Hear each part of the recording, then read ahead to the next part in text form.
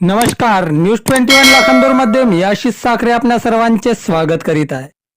5 वर्षीय चिमुकलीवर झालेल्या अतिप्रसंगाविरोधात लाखांदूर कडकडीत बंद। मोर्चाच्या सुरुवातीलाच काही काळ तणावाचे वातावरण, विविध मागण्यांचे मुख्यमंत्र्यांना निवेदन। 9 दिवसांपूर्वी शहरात 5 वर्षीय चिमुकलीवर एका परप्रांतीयाकडून झालेल्या अतिप्रसंगाविरोधात लाखांदूर पेटून उठला असून त्या प्रसंगाविरोधात आज 15 डिसेंबर रोजी लाखांदूर बंदचे आयोजन करण्यात आले होते। या बंदच्या सुरुवातीलाच शिवाजी टी पॉइंट येथे उपस्थित गर्दीला संबोधताना काही काळ तणावाचे वातावरण निर्माण झाले होते।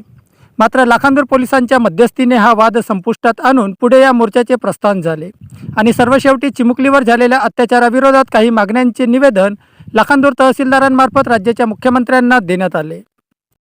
थोडं बाजूला व्हा ना, असेल लांब असे व्हा जेणेकरून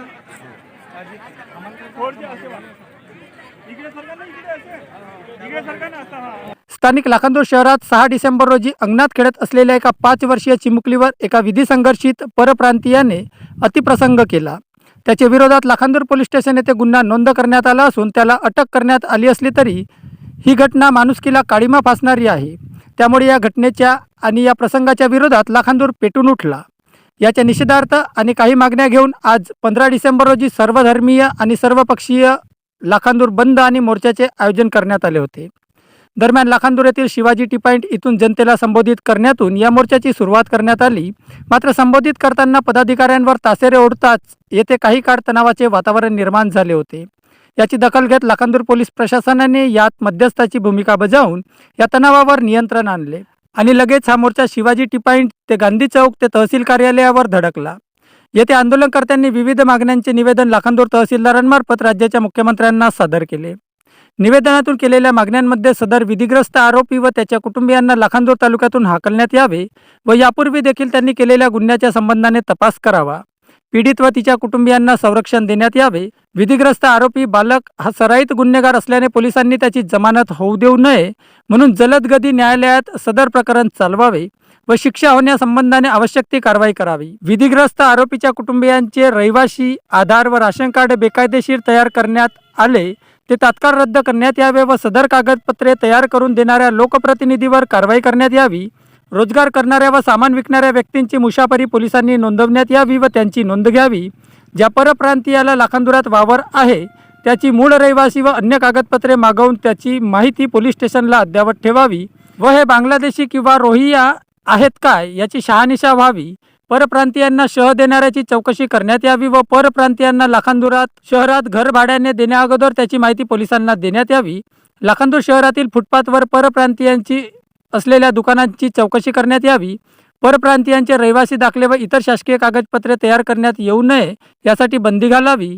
तसेच कुटुंबियांना 25 लाख रुपयांची आर्थिक मदत देण्यात यावी आणि कुटुंबियांतील एका व्यक्तीला शासकीय नोकरी देण्यात यावी आदी मागण्यांचा समावेश आहे। या मोर्चात तालुक्यातील सर्व जाती धर्माचे सर्व पक्षाच्या नेत्या लोकप्रतिनिधींनी हिरिरीने सहभाग नोंदविला हे मात्र विशेष। नुकतेच 6 डिसेंबर रोजी एका 5 वर्षीय निष्पाप चिमुकलीवर झालेल्या अतिप्रसंगाविरोधात आयोजित मोर्चाला स्थानिक लाखांदूर शहरातील जामा मस्जिद, अरबी मदरसा व कब्रस्तान व्यवस्थापन समितीने निवेदनातून जाहीर पाठिंबा दिला आहे। आज जो या ठिकाणी जो एक